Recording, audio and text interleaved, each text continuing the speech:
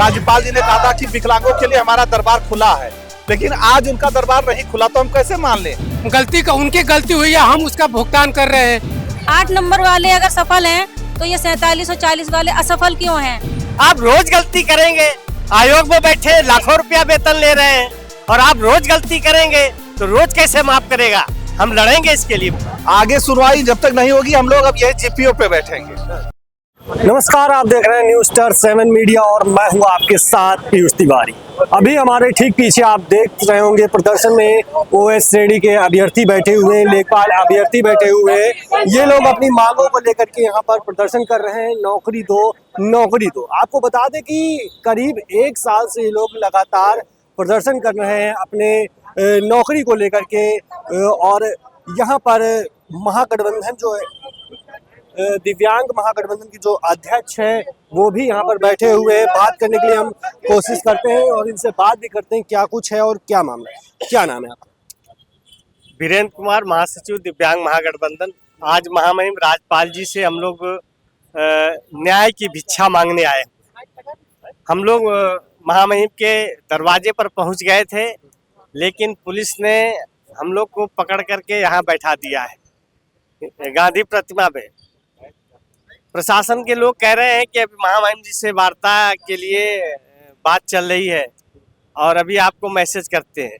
सवाल ये नहीं है, जब सरकार ने नहीं सुना, संगठन ने नहीं सुना, तब हम महामहिम जी के पास आए।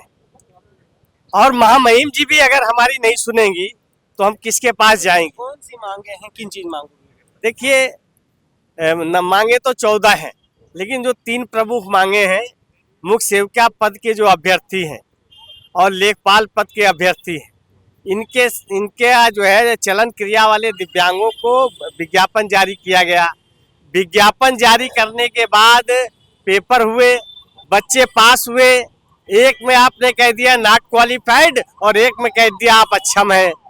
तो सुप्रीम कोर्ट का आदेश है कि कोई भी विज्ञापन जारी करने के बाद नियुक्ति प्रक्रिया में किसी प्रकार का बदलाव नहीं किया जा सकता है, लेकिन यूपी SSS आयोग मनमाना कर रहा है, राजस्व विभाग मनमाना कर रहा है, सीजनल संग्रामीणों का विनियमितीकरण नहीं कर रहा है, हर जगह अन्याय हो रहा है।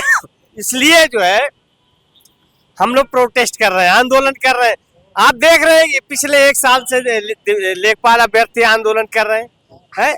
कोई नहीं सुनने वाला इस सरकार पे, ना भाजपा की का संगठन सुन रहा है, ना भाजपा की सरकार सुन रही।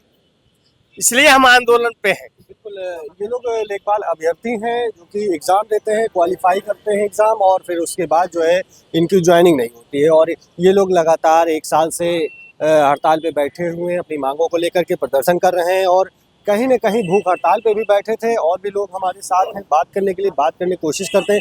क्या नाम है? कृष्णा सिंह नाम है मेरा सर। किस लिए प्रदर्शन में बैठे? सर हम लोग की तो एक लेखपाल पद के लिए 1 साल से बैठे हैं, 1 साल होने वाला है। लेखपाल पद पे हम लोग को बाहर कर दिया गया है। हर बार किसी से मुलाकात होती है, वैसे कोरी आश्वासन मिलता है कि हम बात करते हैं, फिर राजस्व परिषद हर बात को राजस्व परिषद बस घुमा रहा है और कोई नहीं, हर जगह ऊपर गलत रिपोर्ट भेज रहा है। सरकार की कहीं नाकामी है या अधिकारियों? मेन तो नाकामी अधिकारी के, लेकिन अधिकारी से ऊपर सरकार है ना। सरकार तो अधिकारी से ऊपर है, सरकार को इस पर संज्ञान लेना चाहिए कि आखिर अधिकारी जो कर रहे हैं वो सही कर रहे हैं या गलत कर रहे हैं। कितनी सीटें हैं आप लोगों की, क्या कुछ है? हमारी 309 सीटें थी, विज्ञापन में 309 सीटें थी, जिसमें से 188 सीटें भी रिक्त हैं। हमारी 188 सीटों पर हमको नियुक्ति चाहिए। चलन क्रिया संबंधी हम लोग सीएम आवास पे गए, सीएम से मुलाकात? सर सीएम से कभी नहीं मुलाकात हुई। हम लोग जनता दरबार में 100 बार जा चुके हैं। इसके बाद केशव प्रसाद मौर्य सर उप मुख्यमंत्री से मिल चुके हैं, ब्रजेश पाठक जी से मिले। उन्होंने सीधे कहा कि राजस्व परिषद का मंत्रालय है, इस समय मुख्यमंत्री जी के पास है, तो वही इस मैटर पर कुछ कर सकते हैं। जी जी, मुख्य सचिव जी से मुलाकात। और भी लोग हैं, उनसे बात करने की कोशिश करते हैं कि क्या नाम है? मैं राम निहाल द्विवेदी, जनपद गोंडा। क्या मामला है और किस लिए? मामला ये है कि जैसे हम लोग अब सरकार के पास जा चुके हैं, इस समय हम लोग अब इस समय महामहिम राज्यपाल जी के पास आए, क्योंकि राज्यपाल हमारी एक महिला है और महिला बहनें हमारे साथ हैं, हमारे लेखपाल में भी महिलाएं हैं, तो महिलाओं का और दिव्यांगों का दर्द वो समझती हैं। अभी 3 दिसंबर को जब विश्व दिव्यांग दिवस था तो उस दिन राज्यपाल जी ने कहा था कि विकलांगों के लिए हमारा दरबार खुला है, लेकिन आज उनका दरबार नहीं खुला तो हम कैसे मान लें। वो लोग टीवी पे आकर के, चैनल पे आकर के तो बोल देती हैं कि हमारा दरबार आपके लिए हमेशा खुला है, लेकिन आज हम लोग गए थे राज्यपाल जी से मिलने, अपना ज्ञापन देने, अपनी बात कहने, राज्यपाल महोदया नहीं मिली। अब हम लोग यहीं बैठे हैं, ये जीपीओ चौराहा करीब 1-1.5 साल हो गया है, अभी सुनवाई नहीं। क्या लगता है आगे सुनवाई हो पाएगी? आगे सुनवाई जब तक नहीं होगी हम लोग अब यही जीपीओ पे बैठेंगे। हाँ, यहाँ 24 घंटा हमारा धरना चलेगा। बीजेपी कार्यालय का भी घेराव किया था, लेकिन बीजेपी कार्यालय हम लोग गए तो वहाँ अध्यक्ष जी, बीजेपी के जो प्रदेश अध्यक्ष है वो मिले नहीं, उनके महामंत्री मिले तो उन्होंने आश्वासन दिया 1 सप्ताह में बताऊंगा। अभी तक उनको 1 सप्ताह नहीं हुआ है और ये कहते हैं आश्वासन पे आश्वासन। ये कहते हैं राम राज्य है, अब विकलांगों के साथ तो राम राज्य नहीं हो रहा है। यहाँ लेखपाल में चयनित विकलांगों को निकाला जा रहा है, मुख्य सेविका में भी बहनें बाहर कर दी गई, मेन एग्जाम दिलवा करके बाहर कर दिया गया, नॉट क्वालिफाई बता रहे। अब हर जगह से विकलांग जब बाहर कर दिए जाएंगे तो कहाँ जाएंगे? जब प्राइवेट सेक्टर में जाने को मतलब वो कैसे ले लेगा? जब सरकार नहीं लेगी हमको तो प्राइवेट सेक्टर कैसे रखेगा? हम लोग पुलिस में जा नहीं सकते, तो इसमें लेखपाल में नहीं भरोगे, सेक्रेटरी में भी विकलांगों का पद नहीं है, तो कहाँ फिर जाएंगे विकलांग? फिर कहाँ? जैसे हम लोग पढ़े लिखे हैं तो या तो पहले ही हाई स्कूल में या 8वीं पर, उसके बाद हमको नहीं पढ़ाते लिखाते कि आप विकलांग हो, बैठे रहो घर पे, आपको नौकरी नहीं मिलेगी। पढ़ाई लिखाई का मतलब ये होता है कि हमारा एक उद्देश्य है कि नौकरी मिलेगी, हम अपना जीवन गरिमापूर्ण ढंग से जिएंगे। लेकिन अब उत्तर प्रदेश सरकार में और भारत सरकार में, माननीय मोदी योगी जी के डबल इंजन की सरकार में हमें गरिमापूर्ण जीवन जीने का अधिकार नहीं मिल रहा है।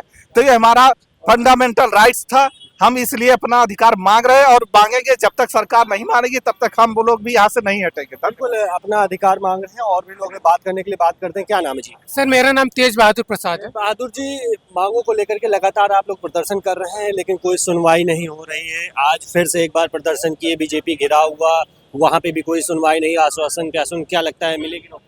सर हम लोग उम्मीद के ही वजह से हम लोग यहाँ चक्कर काट रहे हैं। हमारा इन अधिकारियों का और भाजपा कार्यालय मिलते विज्ञापन देते देते साल भर हो गया। ये शासनादेश 30 जुलाई 2021 का है। इसमें मतलब दिव्यांगों को लेकर चिन्हांकन किया गया है, कौन सा दिव्यांग कौन सा नौकरी कर सकता है। तो जब यूपी त्रिपल आयोग ने नोटिफिकेशन निकाला तो ये तो 2021 का शासनादेश है। लेखपाल और मुख्य सेविका की भर्ती 2022 में आई थी। जब 2022 में आई थी तो इसने इस शासनादेश के हिसाब से हमको परमिशन नहीं देता फॉर्म भरने का। तो ये तो आयोग की गलती है। आयोग जब अपनी गलती मांग रहा है कि हमको छोटी सी गलती हो गई है, तो उस छोटी सी गलती को लेकर के हम इतने साल से चक्कर काट रहे हैं इन आयोगों का। वो गलती का उनकी गलती हुई है, हम उसका भुगतान कर रहे हैं। तो सर अगर सरकार हमारे लिए वेलफेयर का काम नहीं करेगी तो ये दिव्यांग कहाँ जाएंगे?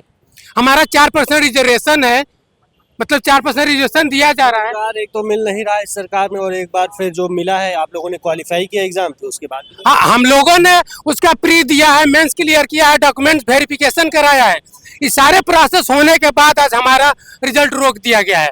तो सर अगर ये सरकार हम दिव्यांगों को नौकरी नहीं दे रही है, शासनादेश जारी कर दे रही है कि हम काम करने का सक्षम नहीं है, तो एक प्राइवेट सेक्टर हमको क्यों नौकरी देगा?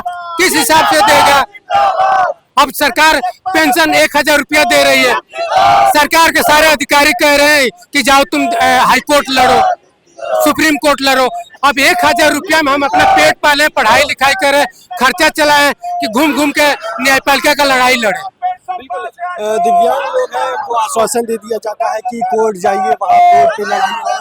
और देख सकते हैं यहाँ पर महिला भी है, उनसे बात करते हैं। क्या नाम है मैम? जी मेरा नाम कमलेश है। मैं दिव्यांगों के साथ भी प्रदर्शन में बैठे हुए हैं, क्या मैं मुख्य सेविका पद से अभ्यर्थी हूँ। मैंने 2022 में विज्ञापन पढ़ के और अपना आवेदन किया था, उसमें चलन क्रिया दिया था। जो एक पैर से प्रभावित है उनके लिए भी, 2 पैर से प्रभावित है उनके लिए भी।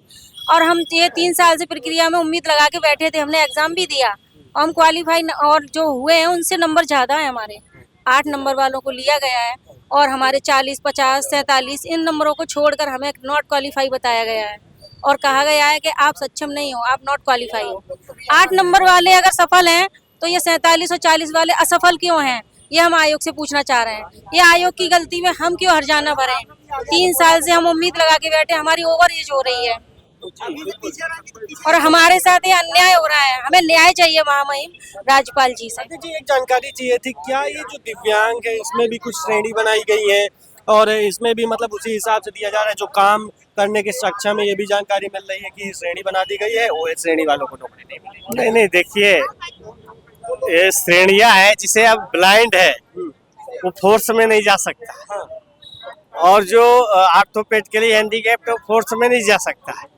हम उसकी मांग नहीं कर रहे हैं, लेकिन जो वैकेंसी विकलांग कोटे की है, वो चाहे आर्थोपेड के लिए हैंडीकैप्ड हो, चाहे ब्लाइंड हो, चाहे मूक बधिर हो, जो भी हो, वो उनको नौकरी देनी चाहिए सरकार की। देखिए गलती एक स्तर पे हो, लेखपाल में गलती आपने मानी, आपने मुख्य सेविका में गलती कर दी, आप रोज गलती करेंगे।